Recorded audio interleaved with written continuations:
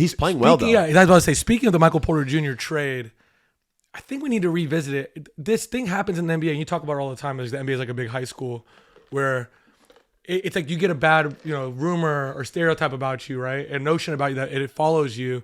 Yeah. And Michael Porter Jr. was kind of like a selfish, like you said, the black hole, not passing the ball kind of thing. And when they traded him for Cam Johnson, everyone really liked the trade. They're like, man, the Nuggets, great offseason move. So far, it's early, but Michael's had games with the Nets where he reminds you he's the number one player in the country. One and done, like super talented guy. Like, you know what I mean? I mean, obviously the Nuggets use him as, obviously more of a spot up guy. Yeah, but he was a scorer nonetheless, though. Yeah. There. I think you're right. And it is a big high school, and perception is everything. So you could be unfairly, fairly, whatever it is, labeled something.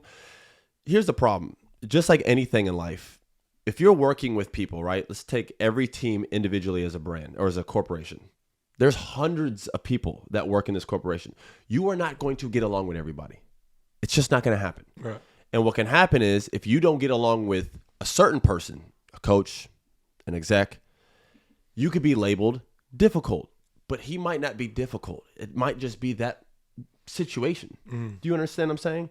Maybe Michael Malone and Michael Porter Jr. didn't have the greatest relationship. I don't know. But that right there doesn't define Michael or Coach Malone. Do you understand what I'm saying? But that's what happens in the NBA is one person can have something. And again, Michael had a great run in Denver. He was a key player for a team that won a championship. He's part of the championship team. He has a ring. He had a big part to play in that championship run. So his legacy in Denver is cemented as a really good contributor for that team.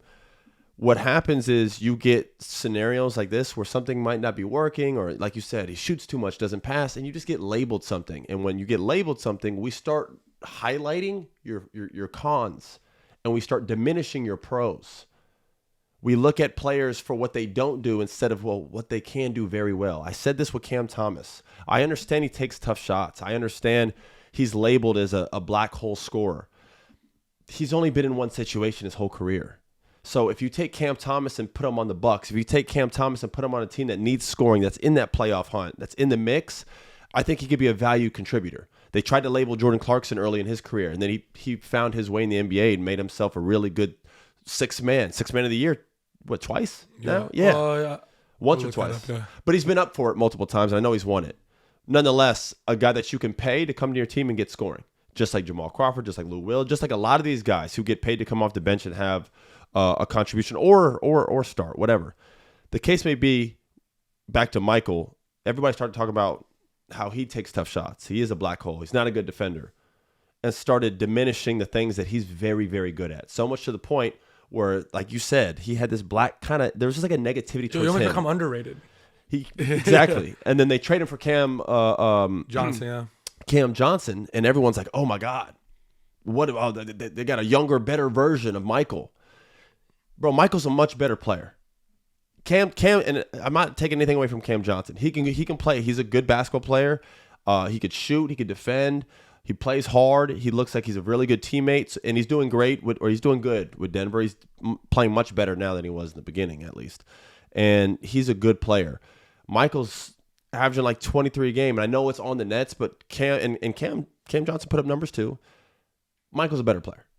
And even Michael with Denver, people underestimated or undervalued his contribution. He wasn't just a spot shooter. The guy averaged 16, 17, 18 points a game. They weren't all spot shots. He can take tough shots, but he makes tough shots, and he makes big shots for them.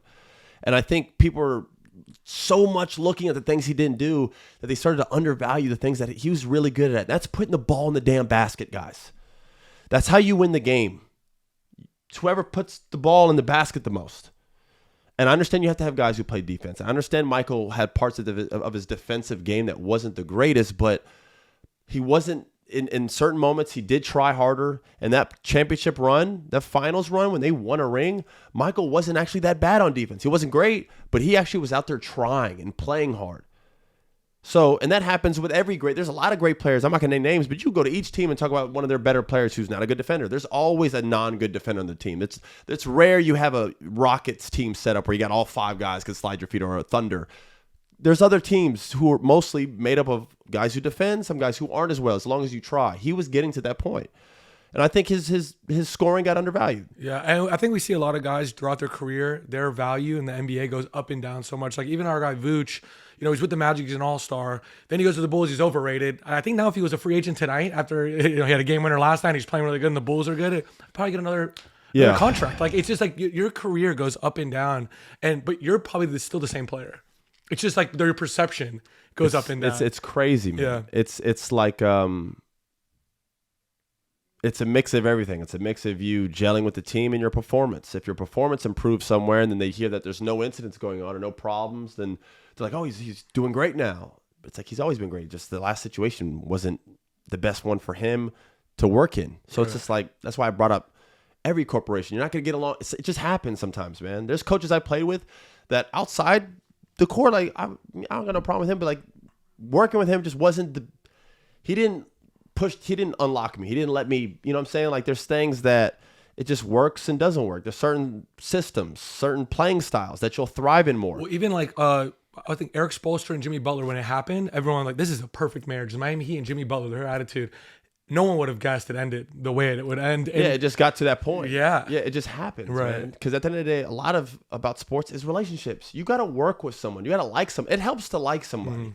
You know what I'm saying? Like people always talk about like, well, Kobe and Shaq were able to do it, and Scottie and Michael were able to do it. Bro, you're talking about the anomalies. You're talking about the greatest duos of all time. Yes, those guys are able to. You're not Kobe and Shaq. Most guys aren't. Most guys aren't Scottie and Michael. So yes, some situations where they weren't very close are able to work it out. But most people, like, it helps to like the guy.